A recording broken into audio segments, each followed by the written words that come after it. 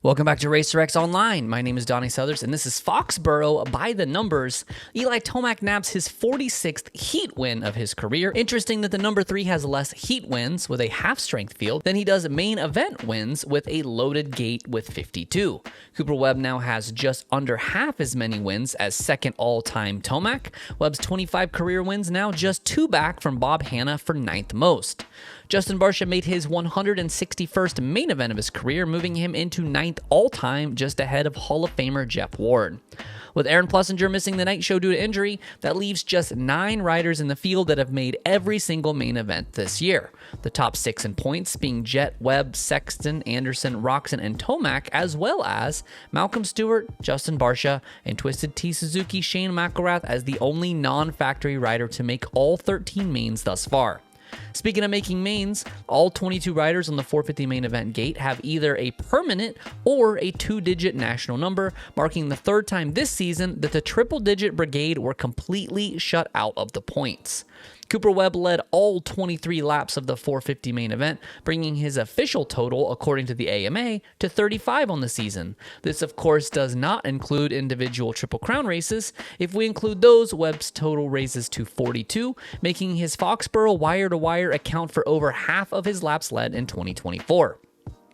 This is also the first time Coop has led start to finish since Arlington 2 back in 2021, a year that he went on to win the championship. Webb is now tied in points with Jett, bringing 2 red plates into Nashville. This is only the 4th time in the last 10 seasons that 2 riders have shared the red plate during the second half of the season.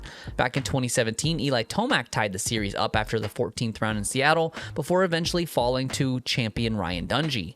In 2020, Tomac again took the red plate in Daytona, with Ken Roczen tying him in the previous round. Eli prevailed after Ken faltered during the Salt Lake residency, and just last year, with a win in Seattle, Eli Tomac again tied Cooper Webb as the top going into round 12, with both riders falling to eventual champion Chase Sexton after both the 2 and the 3 exited the series early due to injury.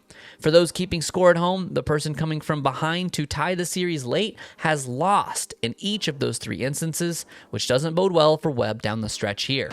But Cooper has the momentum, although his Foxborough performance wasn't what we expect from the number 2.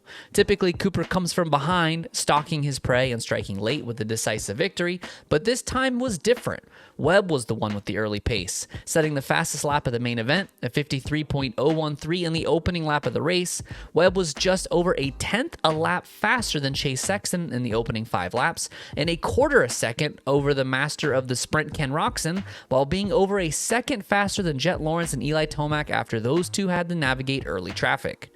Webb maintained a razor-thin margin over Sexton and Roczen through the pace-setting chapter of the race, but where Webb usually pulls through, the final third of the race, the number 2 showed weakness. He was a quarter of a second slower than Chase on average for the last 8 laps of the race, and was 3/4 a second off the charging Jett Lawrence, who came back from the back half of the pack to just narrowly miss a 4th place finish behind Jason Anderson, with Eli Tomac falling completely off the pace, finishing the last 8 laps an average of a full second off the leader's pace, and accounting for the 4 slowest lap of the main for the top 6 in points. Speaking of close finishes, Webb's margin of victory in Foxborough was just 1.098 seconds, the second closest of the season behind Webb's other victory over a charging Chase Sexton when he conquered the defending champion by just 0.592 seconds in Seattle. The combined margin of victory for those 2 wins of 1.69 seconds is still closer than any other single race in the 450 class this season. In the 250 class, Max Anstey was the fastest qualifier for the 3rd consecutive week, but he again was hindered by a less than stellar start and finished off the podium yet again. In fact, the Deegan McAdoo Vial podium is the 3rd time in 6 rounds that those 3 riders have filled all 3 steps on the box.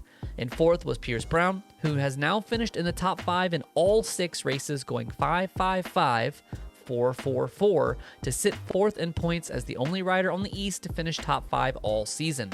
In fact, only 3 riders have been in the top 10, with Brown joined by Club MX's Cody Schock and Star Racing Yamaha's rookie Daxon Bennett finishing all 6 main events inside the top 10.